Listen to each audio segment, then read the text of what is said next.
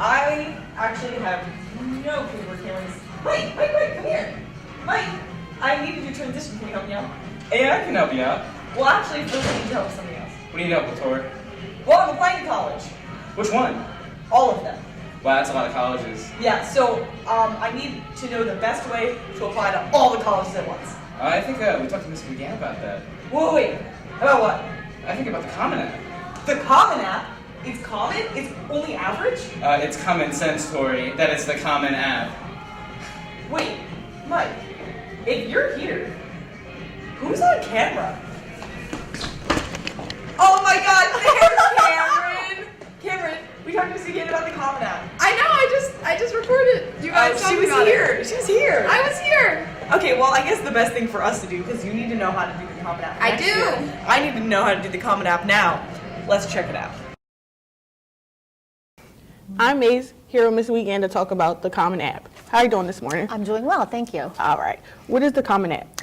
The Common App is an organization that's been around for about 2 decades or so that colleges are paying to be part of this organization. So the purpose of Common App is that if a student is applying to 10 colleges throughout the United States or even out of the country, instead of filling out 10 very long, laborious applications, they can fill out one Common App where the body of information stays the same. Your name, your address, your social, your school choices, your extracurricular activities, all that you only have to fill out one time and it stays current, and then you can apply to the supplementary pieces of the 10 or 20 colleges that you choose. So the purpose of Common App is supposedly to make a senior's life a lot more easier and stress-free.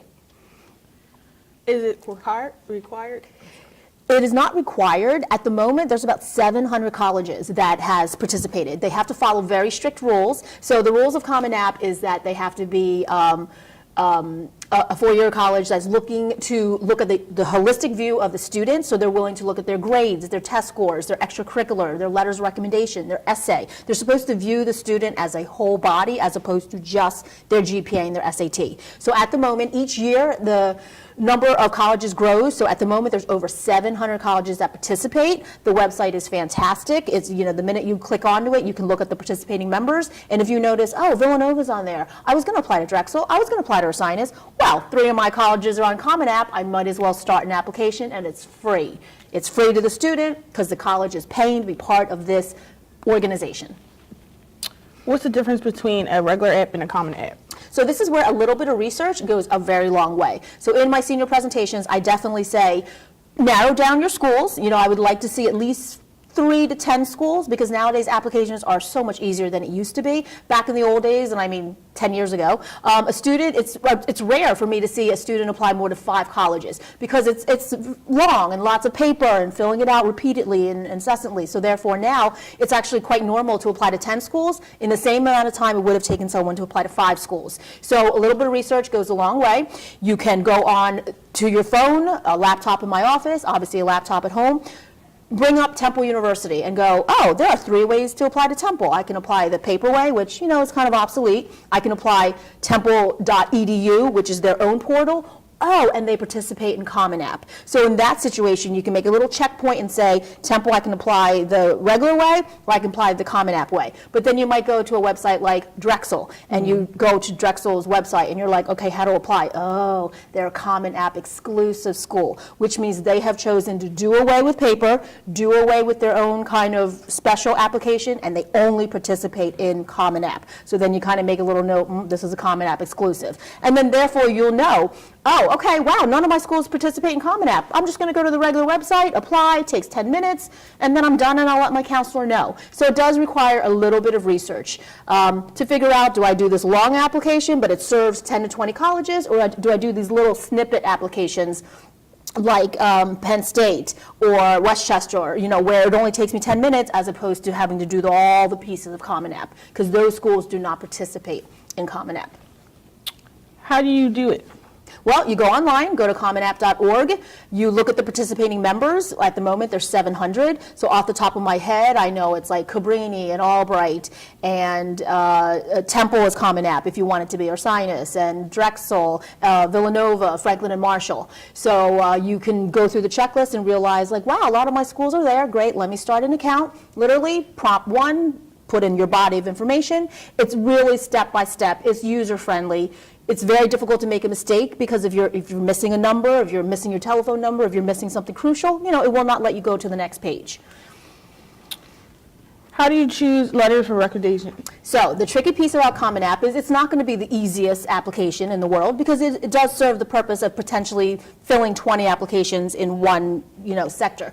You're going to choose 2 teachers that is probably in your field of interest. So for instance, if you put down, I want to be a doctor, well, it's also very smart to think of a math teacher, a science teacher. You want to present them with like a recommendation request form, which we have down in the College Career Center. You want to talk to them. You want to explain the colleges they're going to, why they're choosing you as a teacher. So definitely, I would choose a teacher that's in your field, but at the same time, also choose a teacher that knows you the most. So let's say you've been part of this club for 4 years. You're a leader in this club, and even though this club is not anything to do with your future, this person really knows you, and they know that they've seen you rise from the bottom ranks all the way up. So colleges love leaders. So pick your teachers carefully. You can have more than 2 teachers, but I definitely think that the 2 teachers you choose, one should be the subject area, and definitely one should be someone that just knows you really well beyond the classroom setting.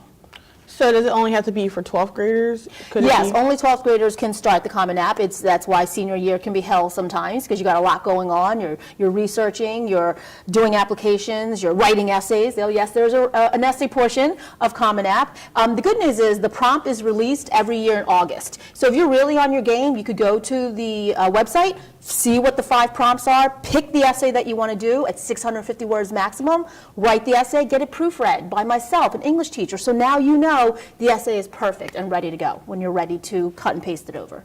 What's the deadline? The deadline is dependent upon the school. So for instance, if you'd like to do early action, so early action is, wow, I really love this school and I want to be part of their early admittance, that's normally a November 1st deadline.